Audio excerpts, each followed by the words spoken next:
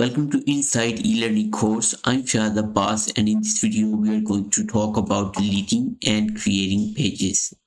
First of all, I would like you to open any blank document of Microsoft Word like this.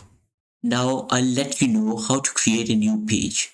Click on Insert tab, which is the second tab right in the front of Home tab. To click on it, you'll see second option of blank page. When you click on blank page, a new page will be added into the list.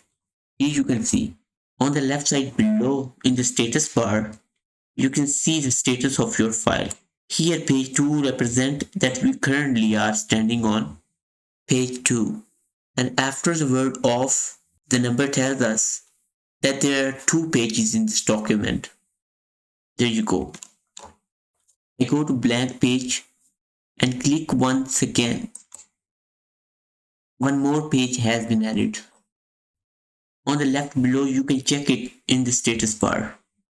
Currently, we are at page number 1, but there are total 3 pages in this document. What if I want to delete any page? First of all, we will go to the last page of the document. On the top of it, we will place our cursor and then hit backspace. When we hit backspace, the one page automatically would be deleted immediately, as you can see in the status bar below. Now we have only 2 pages to work on. What if I hit backspace again? The second page also has been deleted. This is how we create and delete pages. There are many multiple ways to create and delete pages. We will talk about them in advanced course. Now I'd like to come back my course file and click on deleting and creating pages. There you go. In the next section, we will learn about page breaking.